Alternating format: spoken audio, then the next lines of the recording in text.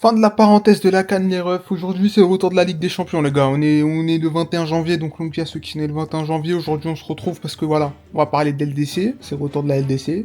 On va faire un petit retour sur les matchs d'hier, parce qu'il y a eu des matchs hier. Notamment Arsenal, les rois de Londres. Les rois de Londres se sont imposés 3 buts à 1 à Milan, chez l'Inter. Match maîtrisé, pour beaucoup match maîtrisé, on a claqué. Gabriel Jesus qui revient bien, qui claque son doublé. T'as aussi Gyökeres qui marque, c'est important pour sa confiance. On s'est imposé en vrai, y a pas trop de contestation. Hein. Honnêtement, on était meilleur que l'Inter. Bonne victoire pour le coup, parce qu'actuellement en PL, on fait n'importe quoi. On fait vraiment n'importe quoi hein, pour le coup. Actuellement en PL, pour vous dire, en fait, je crois qu'on a 7 points d'avance, alors qu'en vrai, on pourrait en avoir facilement plus de 10. C'est juste qu'actuellement, on s'amuse à faire des 0-0 contre Nottingham, etc. On perd des points bêtes, c'est dommage. Mais là, la question se pose enfin. Est-ce que c'est enfin l'année d'Arsenal? Est-ce que les Gunners vont enfin réussir à remporter un trophée majeur? Donc là, je parle pas des coupes, hein, je parle essentiellement de la PL ou de la Ligue des Champions. T'es en pole position sur les deux, tu fais partie des favoris dans les deux cas, t'as de l'avance en PL, bon là on est qu'en phase de Ligue des Champions, mais tu montres que voilà, tu fais partie du gratin des favoris. Est-ce que c'est enfin l'année pour les Gunners?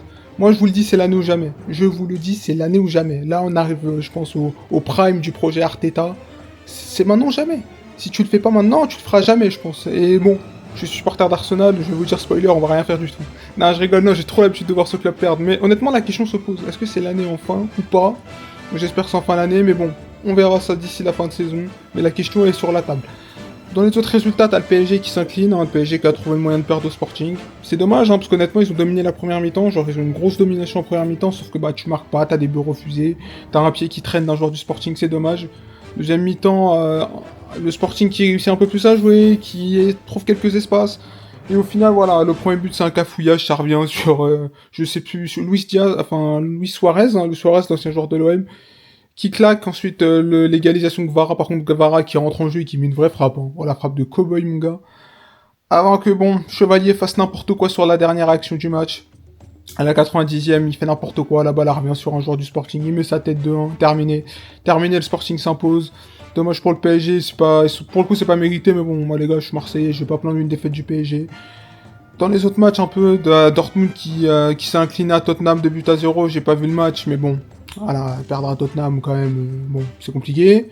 T'as vu la victoire du Real Madrid? Le Real Madrid, j'ai jeté un œil, vraiment, par contre, Monaco n'est pas venu défendre. Hein. Autant ils ont eu des situations, Courtois a fait quelques arrêts, les frappes étaient sur lui la plupart du temps, par contre, ils sont pas venus défendre les Monégasques. Hein. Ils sont pas venus défendre, ils en prennent 6. Bien pour la confiance des joueurs d'Arbeloa, bien pour Mbappé, bien pour Vini qui reprennent confiance. On verra ce que ça donne prochainement contre des équipes où la défense est un peu plus de... Enfin, le style défensif se montre un peu plus. Et voilà, essentiellement, c'était juste ça, hein, pour le coup. Après, j'ai pas regardé les autres matchs, c'est juste que Bruges a tapé le Kerata de match 4-1, et je sais qu'on va aller jouer à Bruges, et ça va être un match très bourbier d'aller jouer à Bruges avec l'OM, ça va être bourbier. Et l'OM joue Liverpool ce soir. J'ai hâte de ça, parce que demain on va en parler. Parce que je pense qu'on peut faire un truc intéressant, certains qu'en plus, connexion Arsenal-OM, Ethan Nwaneri arrive à Marseille. Très intéressant pour le coup, le jeune crack anglais qui viendrait pour un prêt de 6 mois sans option d'achat, c'est pas mal. Franchement, il va jouer. Il va jouer, ça peut être pas mal sur une ligne d'attaque avec Ahmed Traoré, Greenwood et Ethan Nwaneri en 10, on sert Guiri ou Obama en 9. Franchement, on est sur un très beau truc, genre en mode là, c'est vraiment pour le coup, c'est bien vu de la part du board marseillais. Après, je sais pas comment ça va s'articuler vraiment, hein, mais bon. Ouais, les gars, je veux que des joueurs forts dans mon équipe. Hein. Je suis plus là pour la cohérence m'intéresse plus. Je veux juste des mecs forts au foot. Le reste ne m'intéresse plus du tout, je vous mens pas. Donc, pas mal pour ça.